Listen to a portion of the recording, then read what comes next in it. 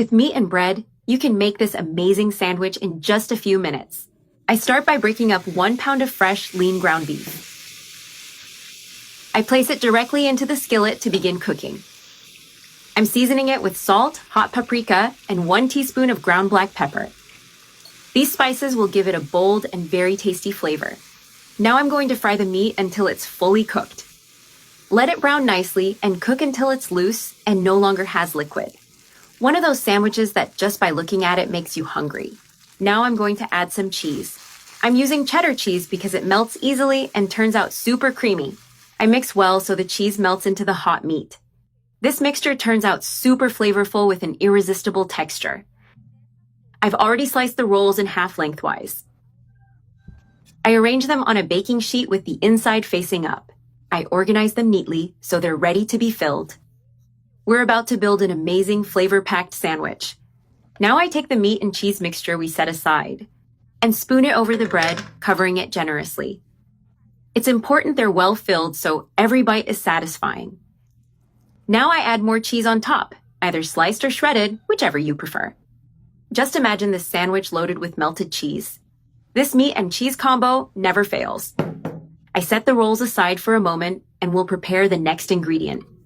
In a skillet, I add 2 onions sliced into half moons. We cook them over heat until lightly browned. Let's saute them until they're soft and fragrant.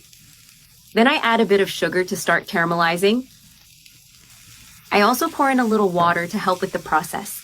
I keep cooking until they're well browned and caramelized. Now they're perfectly done with a golden color and rich flavor. I spread them over the meat and cheese on the rolls. Spread them evenly so every sandwich gets a portion of onion. This touch takes the flavor to the next level. Next, I add crispy bits of fried bacon. The bacon adds a smoky flavor that pairs perfectly. I distribute the bacon evenly over the whole tray. I had fried it earlier until golden and super crispy. This step completely transforms the sandwich. You're going to impress everyone with this delicious recipe. You'll only hear compliments because it's truly exquisite. Now I take the other half of the rolls and place them on top to close the sandwiches.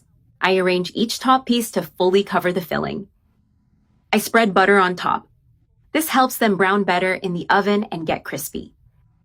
I also added chopped garlic to the butter for extra flavor. Now I place them in a preheated oven at 400 degrees Fahrenheit for 10 minutes. And that's it. Our sandwiches are now perfectly golden and ready. I take one out to show you how it looks inside. It's wonderful with the melted cheese and crispy bread. Just look at that deliciousness.